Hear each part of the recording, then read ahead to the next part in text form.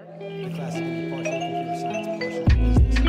And what it's going to do is teach the kids all the different careers that are available. This guy already has one of the varsity teams undefeated heading into the playoffs and finished in the top 16, while the JV team to the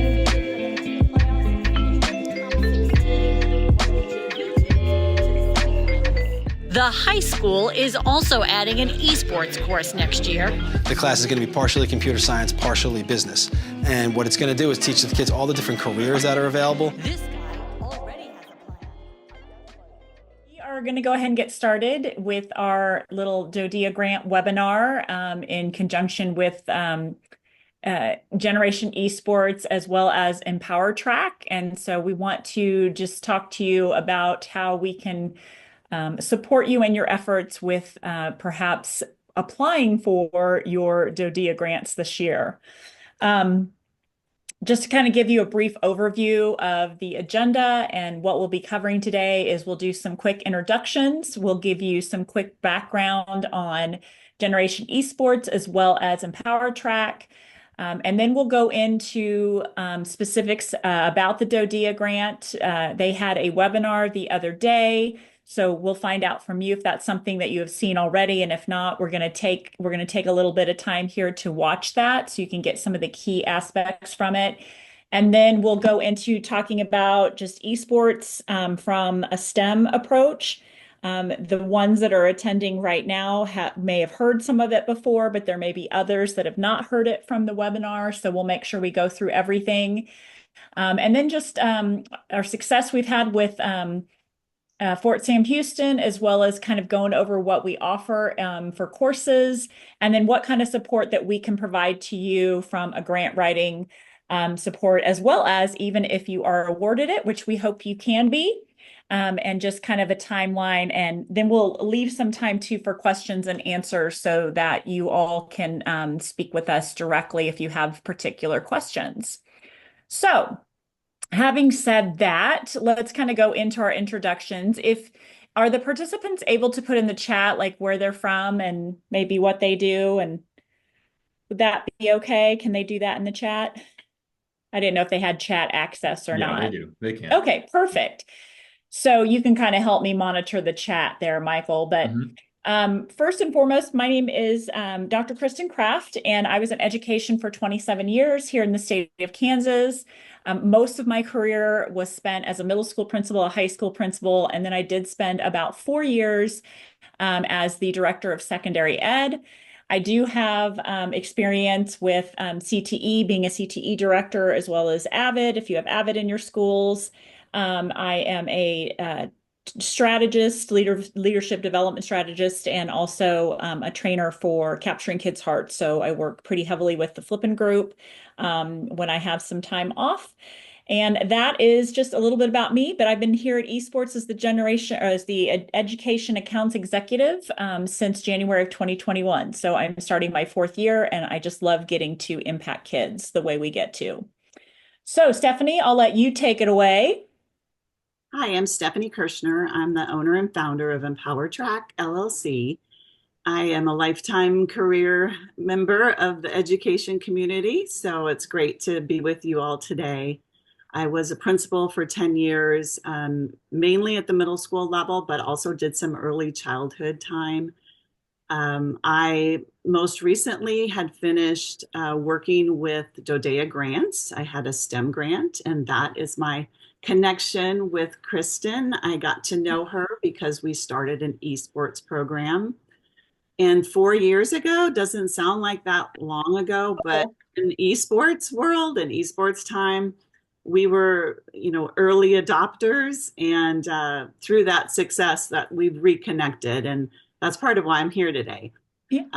I retired from public education because I wanted to start my own business in grant evaluation. And you might not know even what that is, and we're going to talk about that today, but it's a requirement of part of the DoDEA grants.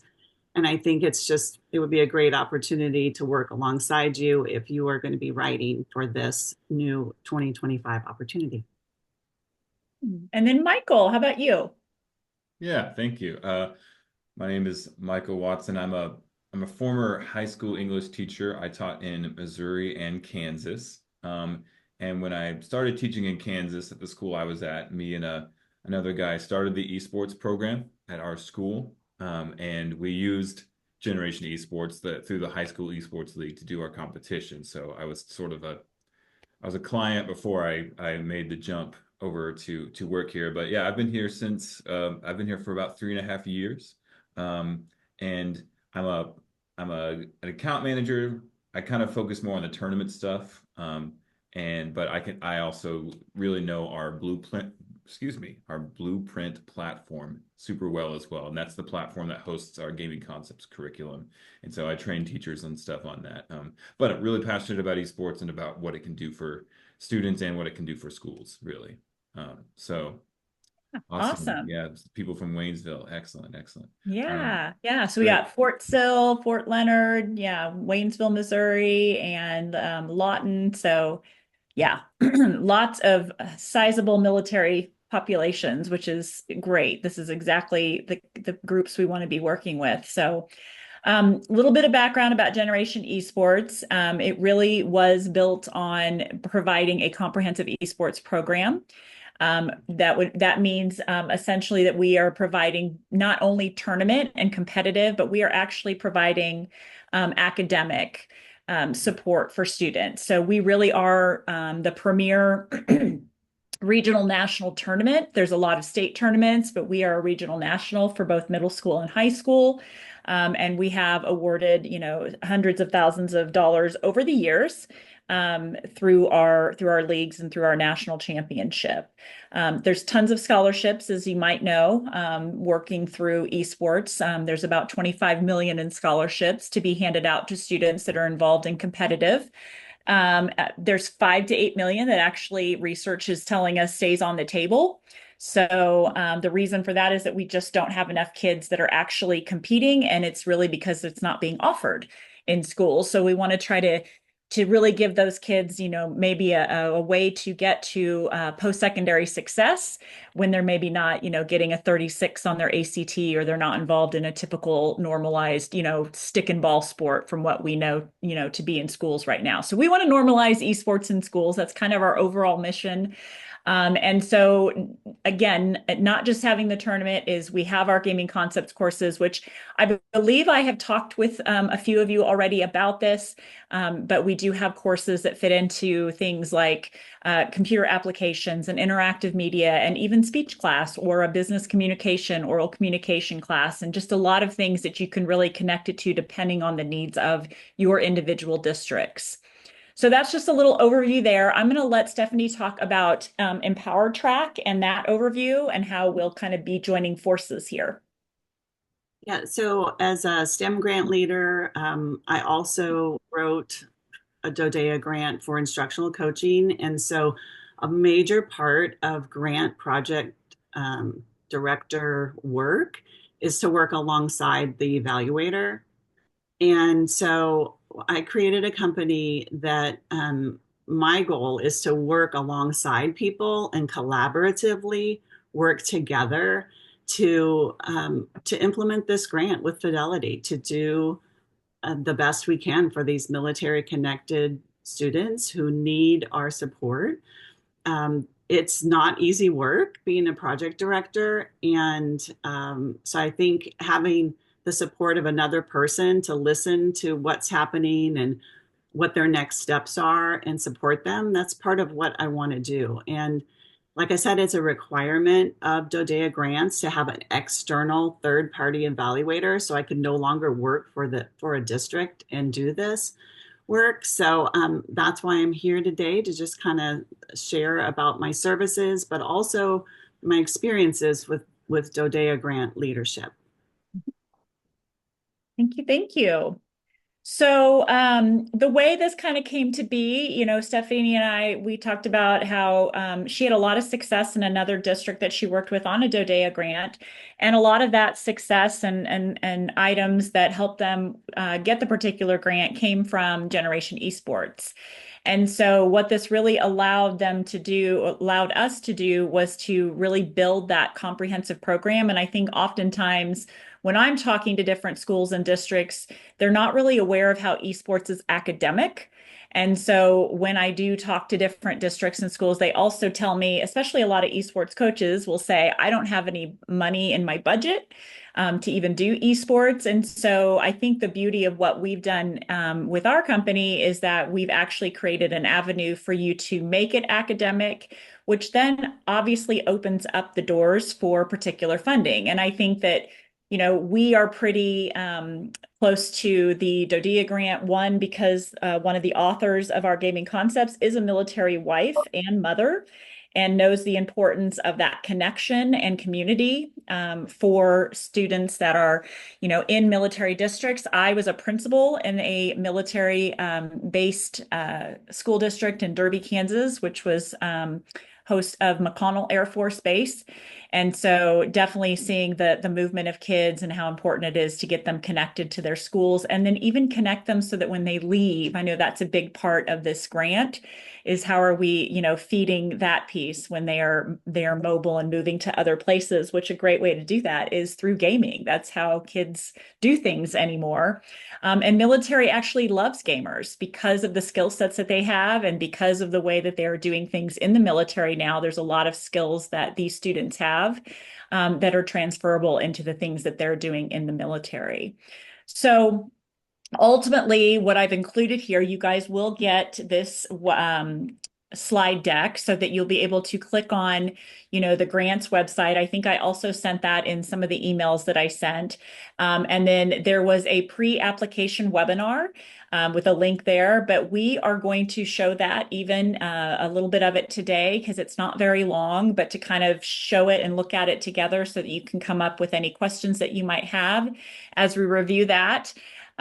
So that'll be one of the things that we do as well. But just to kind of give you a quick little piece of overview is the grant itself is really here to fund innovative applications. And I love that word innovative because I think esports is the innovative piece from all of this for academic needs of military students. And so there's also some that are for world languages. That's another piece of it, but we would be more, I kind of bold printed this one because we're more for the academic needs versus the world languages side of it.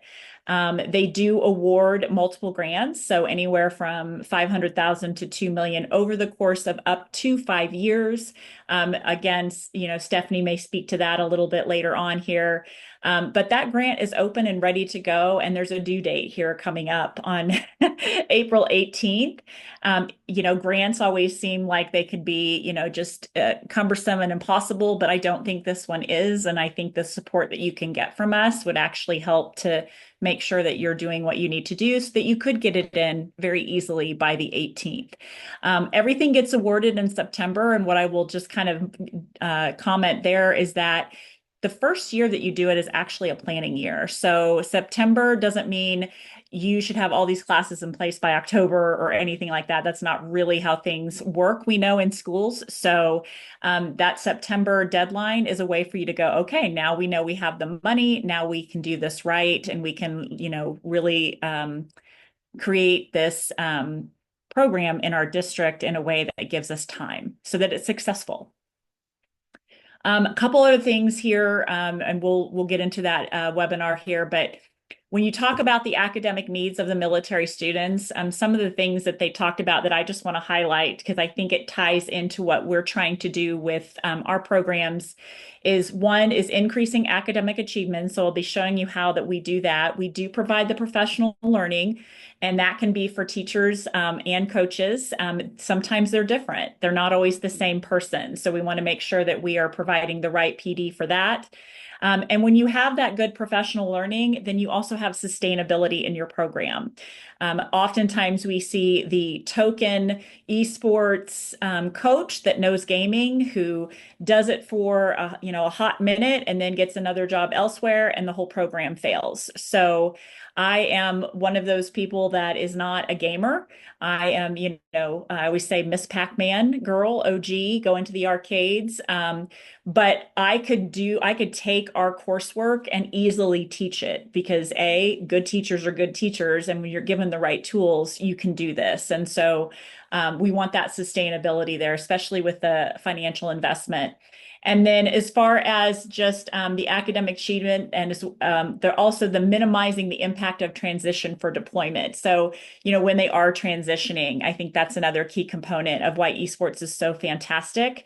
There's even a mental health moment in ours that can really help, I think, as well with our students. And so, again, we'll talk that a little bit more specifically here later.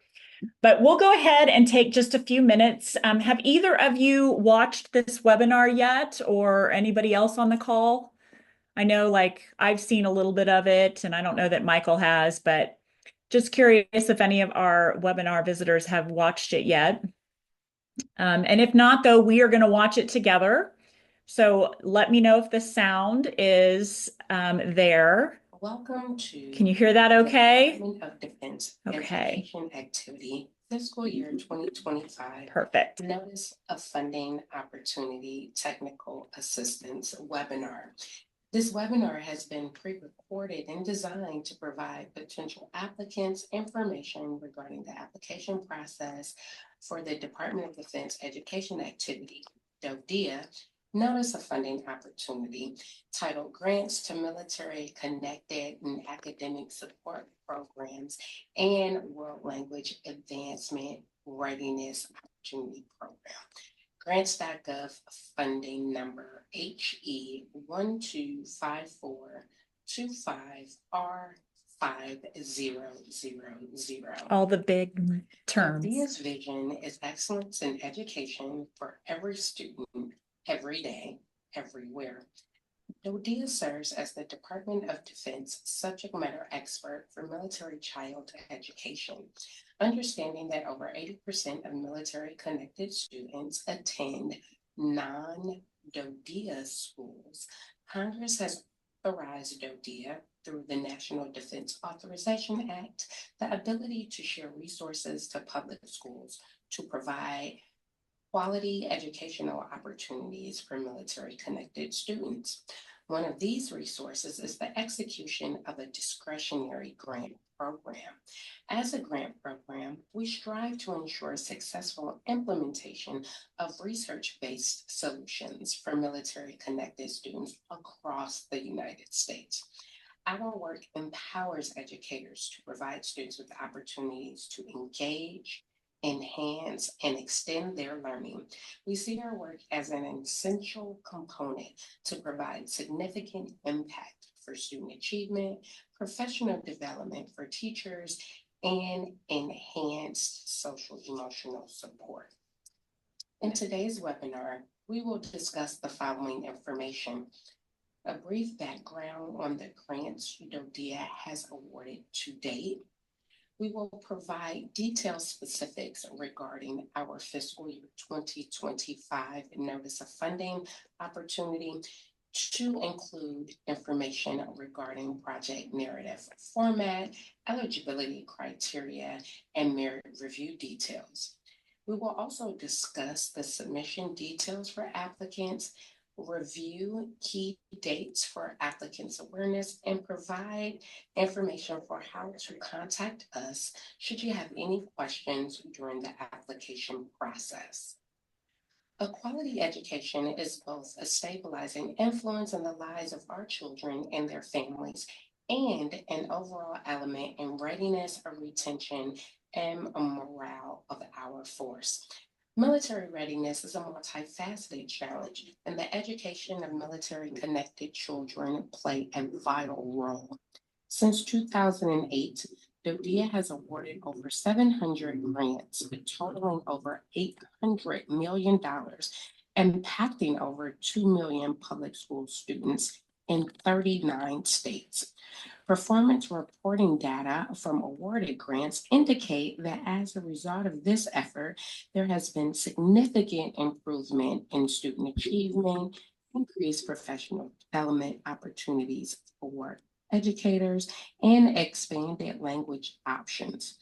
All of this has developed higher proficiency for students and supported national security needs. This fiscal year's grant opportunity seeks to fund innovative applications to support the academic needs of military-connected students and to enhance world language programs for elementary and secondary students. DoDEA plans to award multiple grants ranging from $500,000 to $2 million, with a period of performance of up to 5 years, subject to funding availability.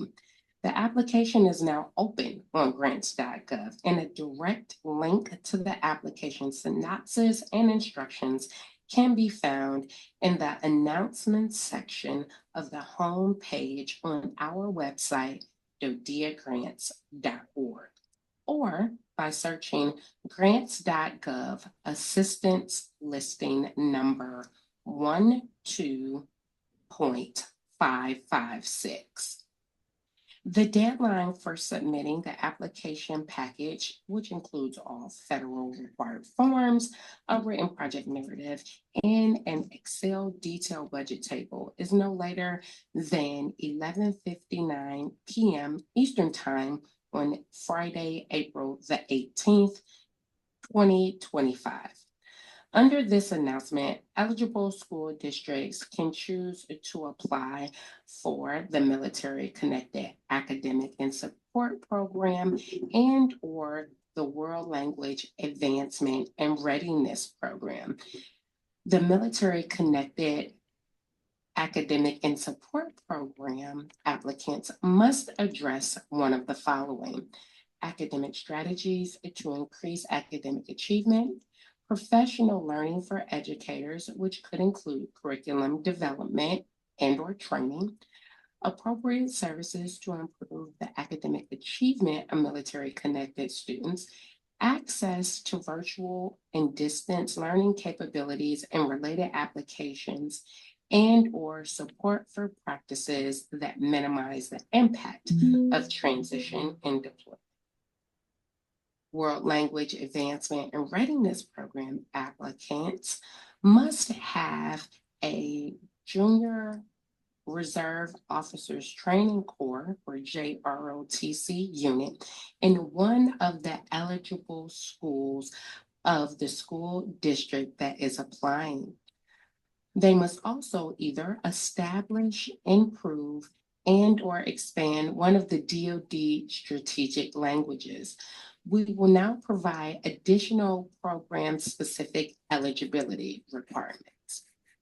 On this slide, you'll see program-specific requirements, and in the upper right-hand corner of this slide and subsequent slides, you'll see page numbers.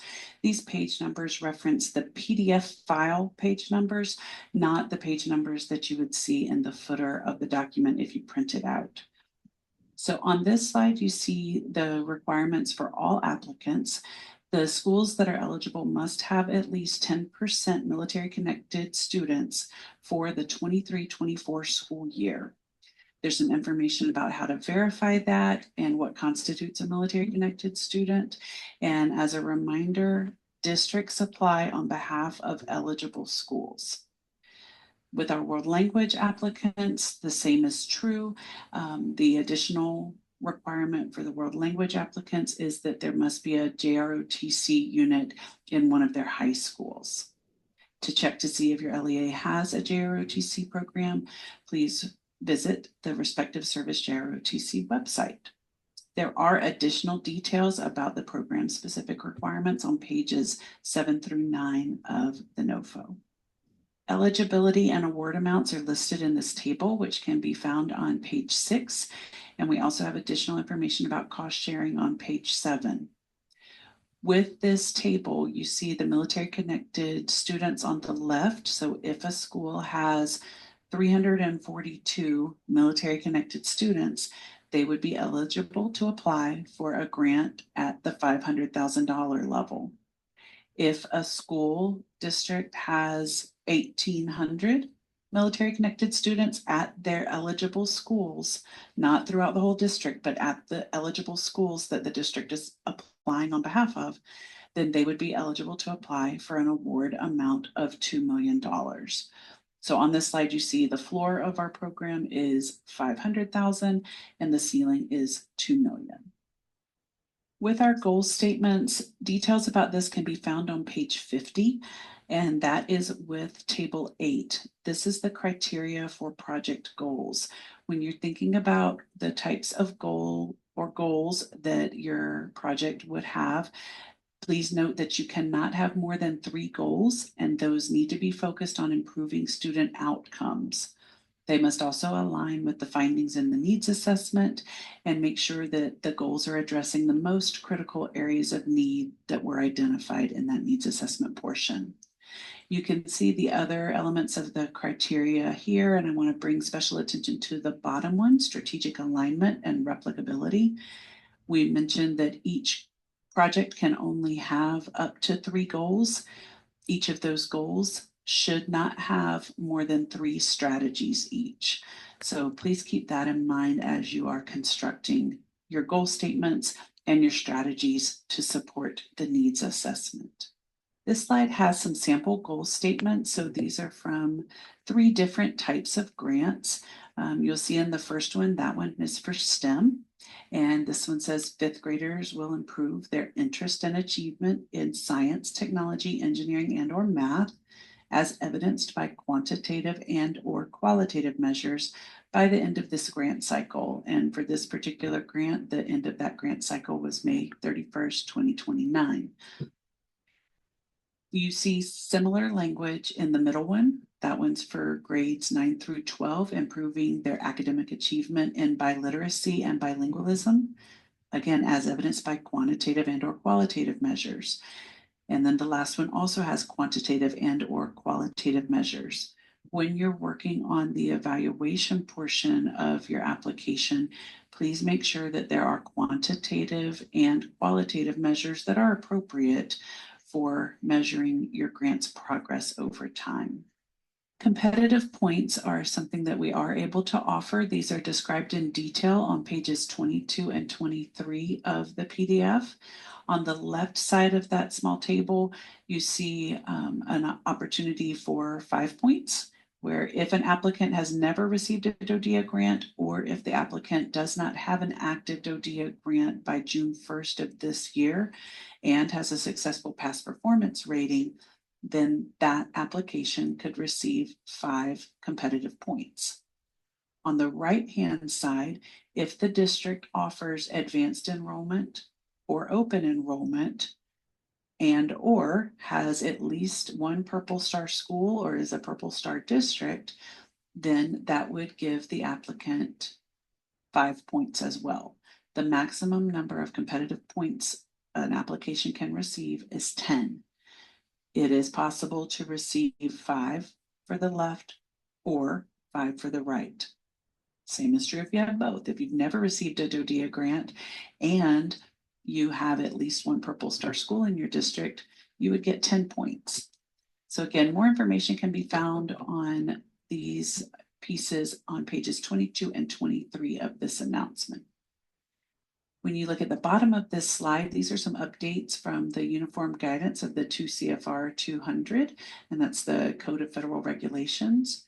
Equipment is now any item that is priced at or above $10,000. More details are on pages 17 to 18.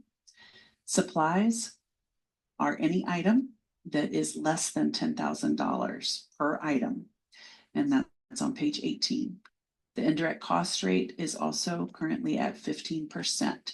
Additional details are on pages 18 and 19 of the announcement around indirect cost rate. On pages 11 through 13 of the announcement, you can find more details around the project narrative. These are the pieces that are required as part of the project narrative, and details about how these will be scored in the merit review process are included in Appendix E of the announcement. With those pieces in Appendix E, this is how they will be scored. You see the grayed out area there in the middle. That section represents the 30-page limit portion. So within 30 pages, the needs assessment and rationale, your project goals, your planning and implementation years narrative, your logic model, your professional learning plan, your evaluation plan, and your sustainability plan should not exceed 30 pages. You see on the far left of that table a 60-page limit. That broadens it out to include those items just listed, along with the overview materials that include your cover page, your enrollment numbers, your abstract, your table of contents, and your executive summary. And then you also see there Appendix A, your key personnel qualifications, and Appendix B, your budget narrative and detailed budget table. You see in the maximum points column how much each of those pieces are worth from a merit review perspective. And in the far right column, the criteria. So if you look at Table 7, you'll see the criteria for how the needs assessment and rationale will be merit scored. In the front matter, we have the cover page, the abstract, the table of contents, and the executive summary. This slide shows you where we describe each of those, and then where there is either a template or a sample in the notice of funding opportunity.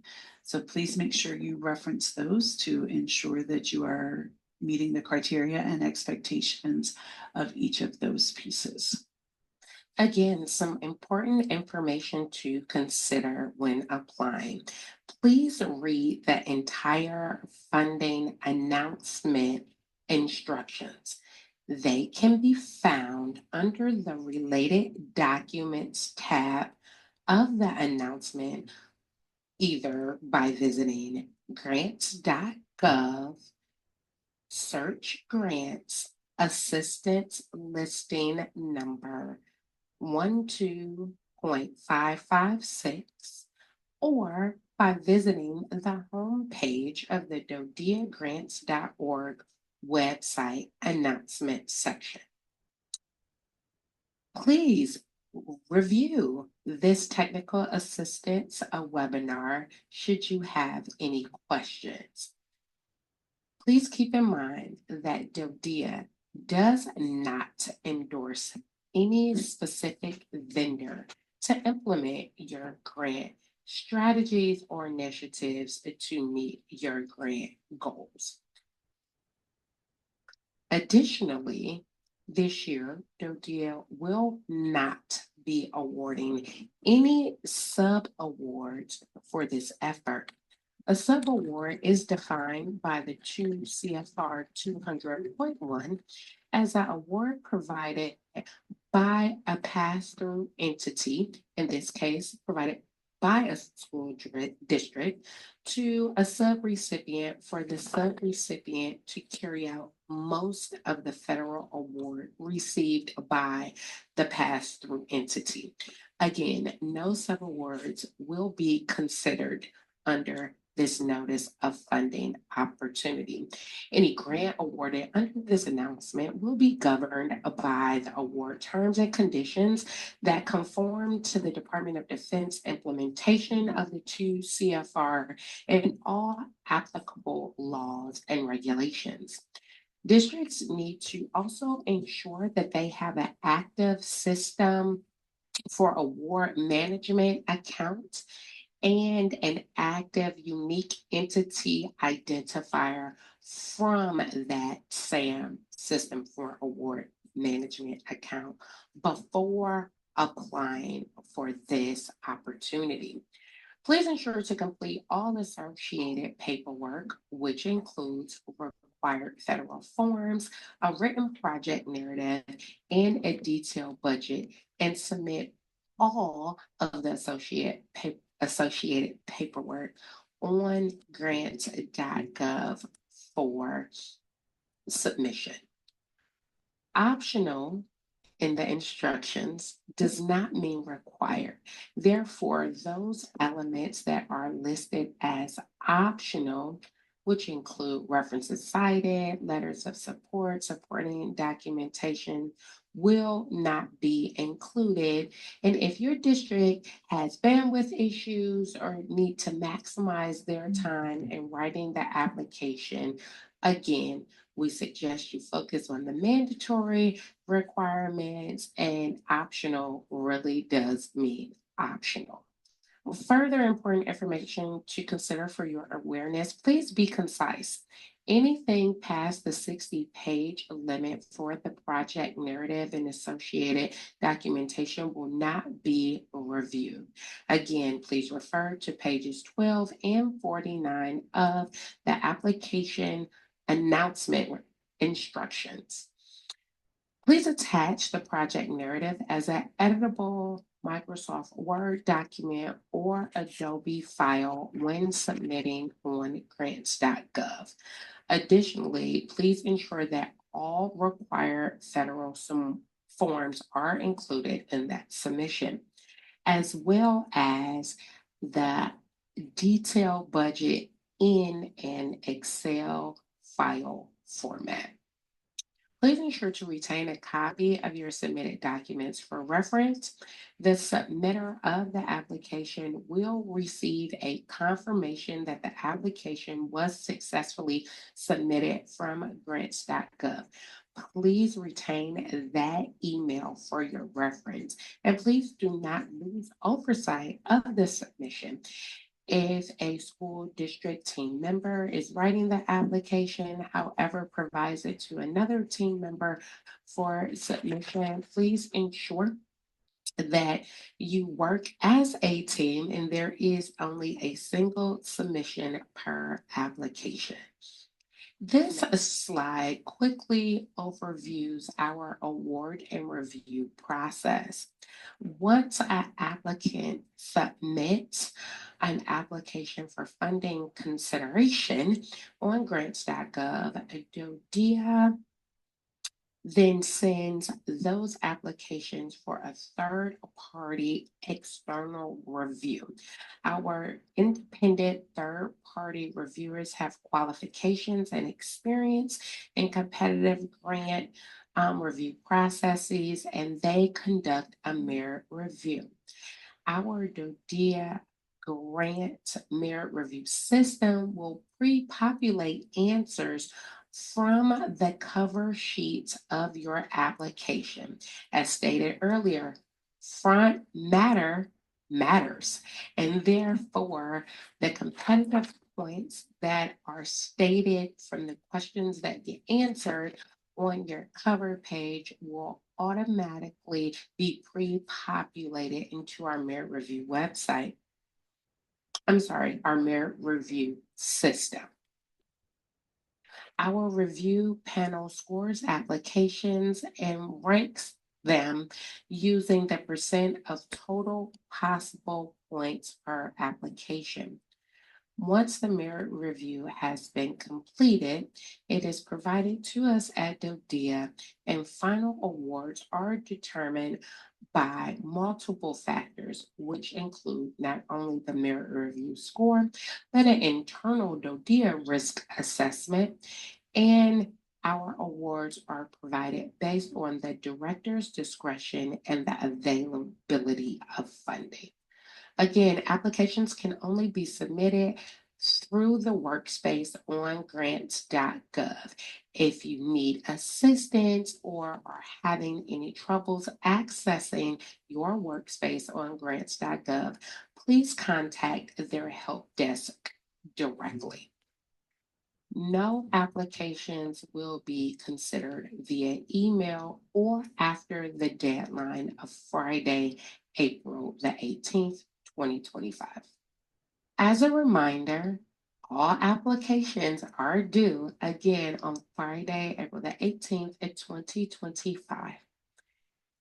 All awarded applicants will be notified no later than September the 30th, 2025 of their award status. We thank you for your participation in today's webinar. Should you have any further questions regarding our fiscal year 2025 Notice of Funding opportunity, please feel free to contact us at dodea.grants@dodea.edu, or you can contact our Evaluation and Technical Assistance Center at info@dodeagrants.org.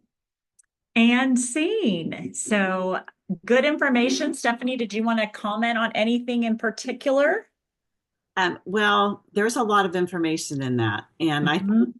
if I were a new grantee, I mean, even today, I mean, it changes every year a little bit, and you can just dig deeper into the details to ensure that you complete all components as shared. The two speakers on that webinar was Jennifer Daly Perkins. She is the grant program manager and is adored by most people. So we just love her. So if you write a grant and you get it awarded, you get to work with JDP and Christy Pitts, who is the monitoring specialist. Mhm. And they will take the time and spend with you to Mhm. make it happen and make everything the best possible. Dr. Jennifer Scott Burton, she's also fairly new to the team, and she's also a monitoring specialist. But it is kind of scary, all those little details. But if you've got a champion in your district that wants to take this on and take the lead and maybe work with one other person, or if you do have a team, I mean, that would be great. Yeah. But re-listen to that webinar, reread the application. The template is embedded in the application. I recommend you use Microsoft Word. If you're sharing it in Google, sometimes, the tables and stuff are off, and it gets really challenging to try to get those 30-page, to the 30-page limit, which it was 25, I think, a year ago. So you get a few more pages to work with. But anyways, thank you for listening to that. I couldn't have done it any better or more thorough. And that's their program. That's their grant annual application. And so now you know where to go to get more resources. Yeah. Yeah. It was very good. Yes. And I concur. The people that are doing that and working there have been awesome. So yeah, I think it's a great thing to work towards getting.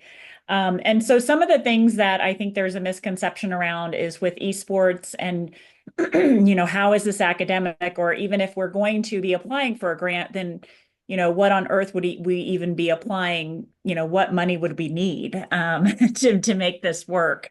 And so a couple things to just speak to. All of our courses are STEM accredited, and I believe STEM is important to DoDEA grants. So correct me if I'm wrong on anything, Stephanie. We've aligned all of our courses to national standards like ISTE, Castle 5, and even the Career Ready standards. We are aligned in all of our courses to the state-specific standards. So your particular states, whether it's Oklahoma or Missouri or Texas or Kansas, we can send you those state-specific course codes. And just know that they are aligned based on what we have looked at from our course to what the standards are in your states.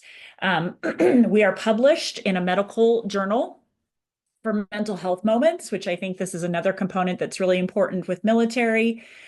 We did a study on student self-esteem that was actually published in a medical journal called the Journal of Medical Health. So that is all here in the slide deck as well. But essentially what we found was that students were able to increase their self-esteem by 8% in just a semester. So that's really important to help our kids to get out of the abnormally low ranges of self-esteem and get them into those normal ranges of self-esteem. And then we also have research showing the improvement that it's made in things like attendance, like student engagement, grades, and just a whole bunch of other things, kids that are getting involved and how it's helping them in all areas. So a lot of that research that we have done, we are all educators here at this company. And so we know the importance of making sure that you are doing stuff that is research-based, that is backed. And so we definitely are. So as far as like student engagement, just to give you a couple of examples of where we've been in other schools, I'm here in Wichita, Kansas. We have been in all 9 high schools and 18 middle schools for the past 4 years. And our fundamentals class alone is the #1 most requested class with about 3,000 on the waiting list. So whether you're a really large, urban district, whether you're a really large suburban, whether you're a small rural, Whatever the case may be, these courses become something that all kids want to take. I know that we are in, for example, John's in Lawton, and I know that we're in Lawton schools, I believe for maybe just, is it just tournament, or are we in there with gaming concepts yet? I'm not even sure. Everything. Everything. So he could probably speak to that a little bit, on, Middle how, schools and all of our high schools, I think. yeah, so how excited kids are to be in those types of classes. Mhm. One thing that we want to make sure, yeah, we have everything. Yay, Mhm. yay, go Lawton. Mhm. So one thing that we want to make sure that, schools understand is that we're not here to try to have you get more teachers. We're not here to try to have you change your courses up. If you can find the courses that are already there and use our courses as supplements. I like to stay away from the word curriculum and more so use it a supplement, because they're already being taught and the standards are already aligned. So you already have teachers in place that can make this happen. This is an example of Kansas and just kind of looking at a CTE pathway. So CTE is really important to schools. And so you can see here how our different courses have actually aligned in Kansas to the graduation, some of the graduation requirements like computer applications, all the way up to a speech class, which is our streaming class. So we'll get into those a little bit, but we really try to make sure that we're thinking about every state, what their programs of study are, what their pathways are, and then how our courses do align into that. This is information that you can look at when you get it around that study. We do have a short YouTube video that's really great to watch if you don't want to nerd out and completely watch the whole thing or completely read the whole study. But you know what? We do have the whole study for you as well. And these are just those overall results, which was 8% over the course of 16 weeks.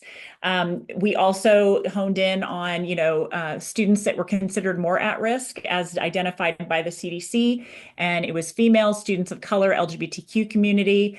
And so what you can see here is that even in the course of a semester, they went up by higher percentages than just that 8%.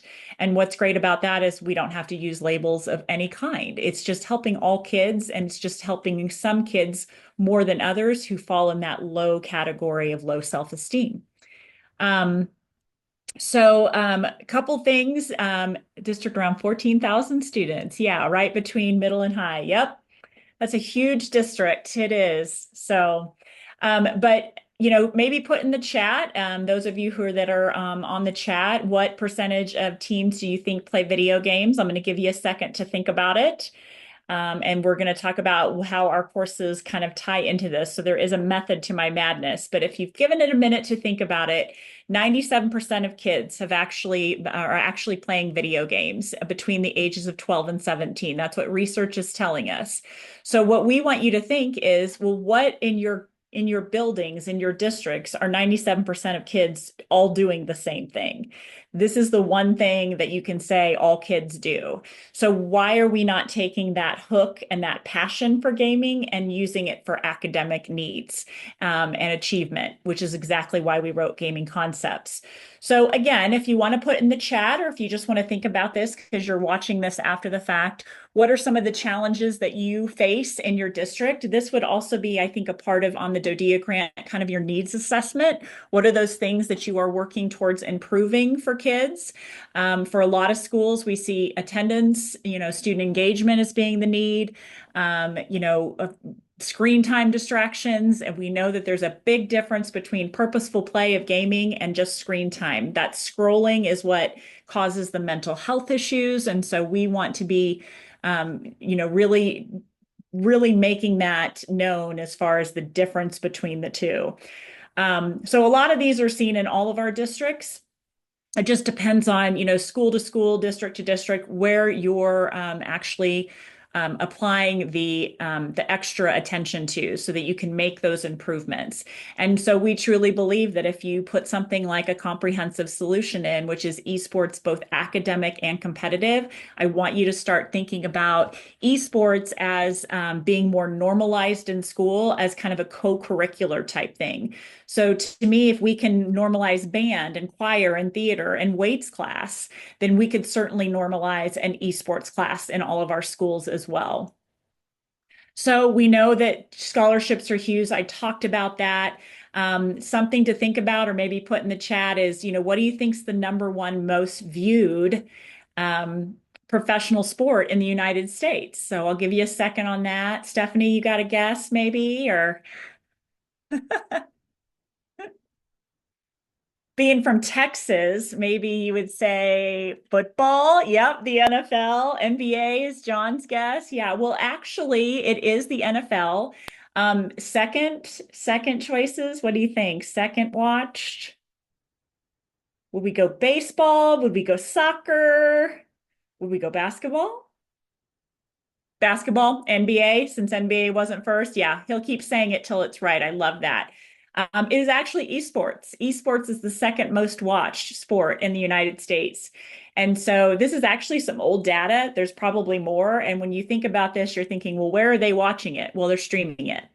And so that's where they're seeing it. So yes, Twitch, Discord, YouTube, that's where they are watching these things. It's not on ABC, NBC, or Hulu for that matter, all those different streaming services that we offer now. And then when we think about just something familiar, and I think to a lot of people that are watching this webinar, what's familiar to us is the NFL, because we know that's watched. And what is also familiar to us is what 2 jobs immediately come to mind when you're thinking about the NFL. So I have a little hint on here. Yes, it is my Chiefs, even though they just did poorly in the Super Bowl. What are 2 jobs that automatically come to mind when we think of the NFL? Yeah. So, a coach and a player, right? A coach and a player does not make up the NFL. The NFL is made up by an entire group of people.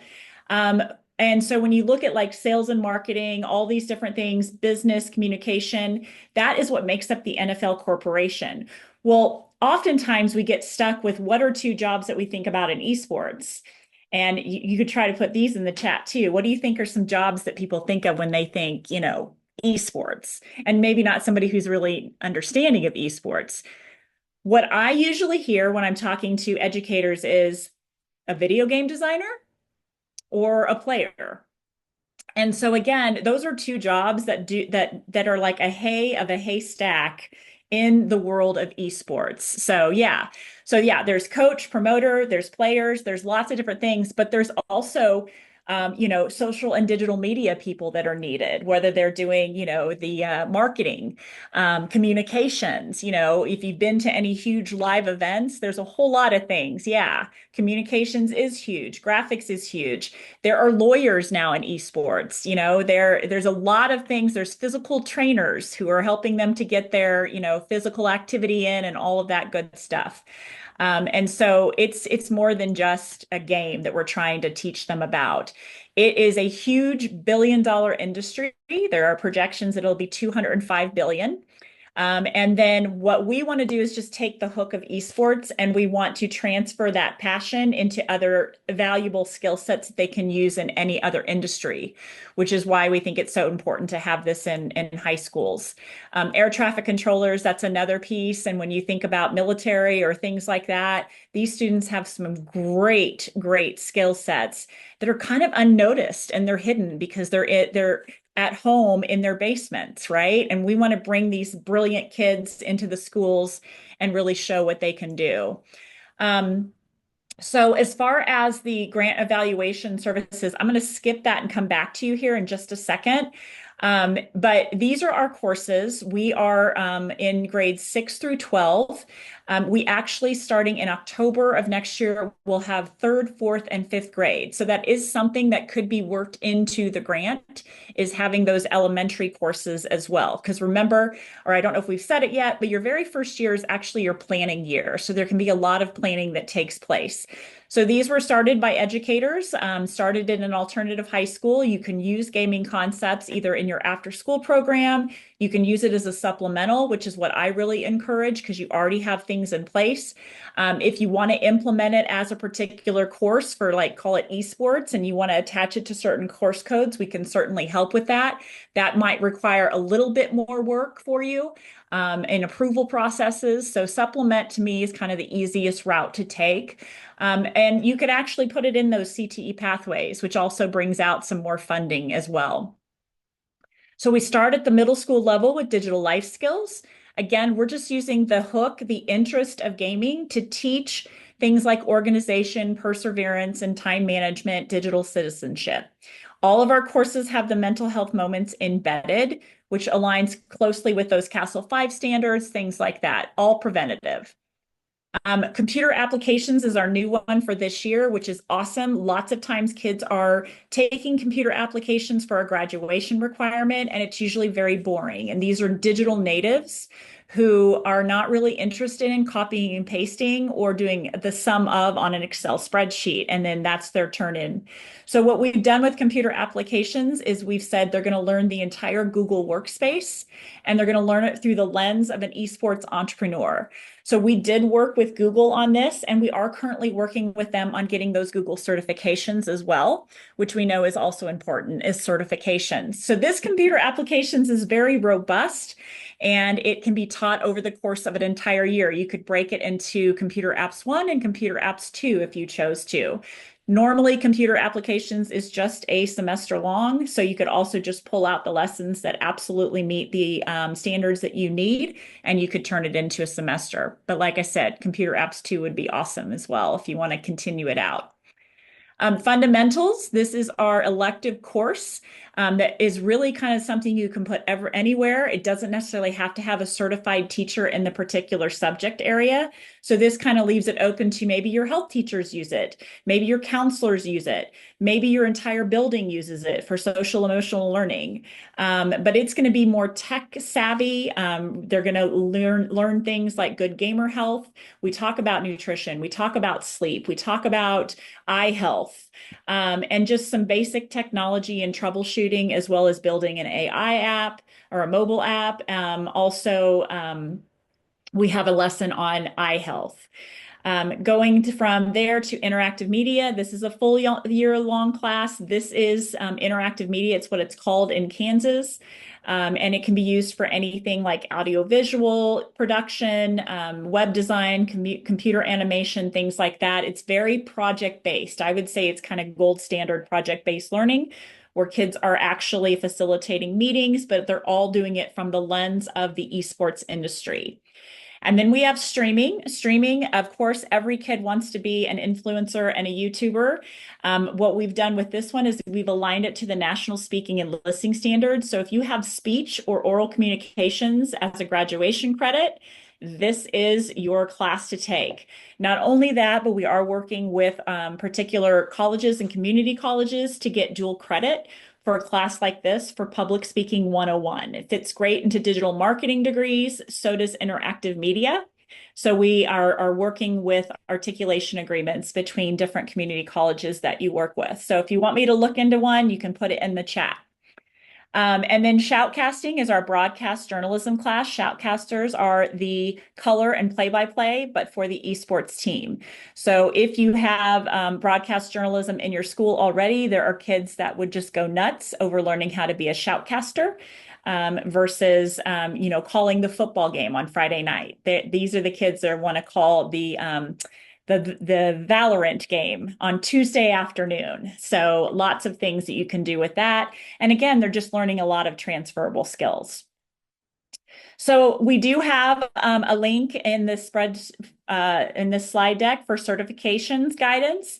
So you can look at exactly what our classes will help them to prepare for, as far as even like for Texas-based certifications, things like that.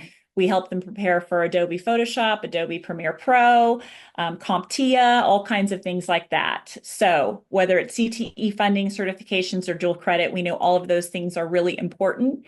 All of our stuff is housed on Blueprint. This is where the teachers teach from. This is where the coaches can coach from. It's very user-friendly. It's very teacher-identified, and this is what makes it simple. It's like a Google Classroom on steroids because all of your videos are up to date. It's having your grade book and your courses all in one place, which is really nice. And then just kind of some pricing in here so you can get an idea of like, oh, what would I be paying for if we were doing these courses? So that's something to consider as far as what can go into this grant. And just some other things that we can help with for the grant would be, you know, you could get all the courses for multiple years. You could get your technical equipment. You could get a whole gaming room. Well, what if you have a gaming room, you want to use that gaming room all day long.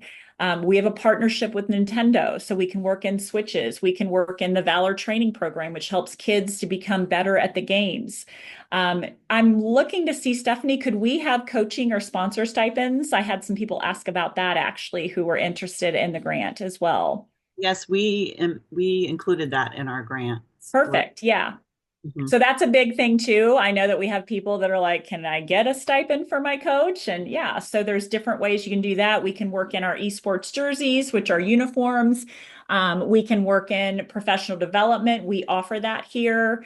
I know tonight they even talked about if you need more bandwidth, you know, if you're needing to get more so that the kids can get onto these things through the internet. I think those are things that we can work into that as well. That's basically it. Stephanie, and we want to, if there's any questions, please type it in. We know it's about 6:30, but what would you like to add to the end of this, Stephanie? You want to go back to kind of the support really quick? I think they can just, if they want to look at that, just a couple other little hints to, you know, what evaluation is about, but Mhm. also then like some tips about writing the grant and some of the highlights that you just might want to take a look at. But I see that one of y'all, you've had a grant and worked with DoDEA grants, and the other person from Lawton, I can't see you guys on my screen. It's just weird. So I'm Yeah, sorry. well, we're panelists and they're attendees, so they're just watching. Yeah, Because I like to do the face-to-face I do discussion. too. Um, and Lawton is really close to Cache, right? And I know the folks from Cache ISD that have had DoDEA grants, Debbie Hoffman and that group. So um, hopefully you guys have the confidence and are willing to commit to the time that it would take to complete this grant application. And you know, you're not guaranteed an award, but it's a really fun group to work with, and it's Mhm. impacting students, you know, nationally. And all of our military connected students are important. I live in Military City. My husband went to Fort Sam Houston Mhm. military public school until third grade. But you know, it's our heart is with these kids, and Yeah, whatever you could do, and if we can help at all, Kristen, yeah, me, please let us know. Reach out. We're ready. yeah. We're excited. So yeah, so that is the pretty much the end of the webinar. Yes, we will send out the slide deck. Yes, we will send out the whole recording so you can share it with whoever else you might need to. You can start to reach out to Stephanie and get some time scheduled there. You can schedule time with me. We will actually develop an entire kind of district by design to help you to get all the components that you need because you probably aren't sure of everything, and so we want to help with that. So we'll send everything your way, and we just want to thank you for the honor of your time tonight, everybody. And Michael, thanks for being our little moderator there. Awesome.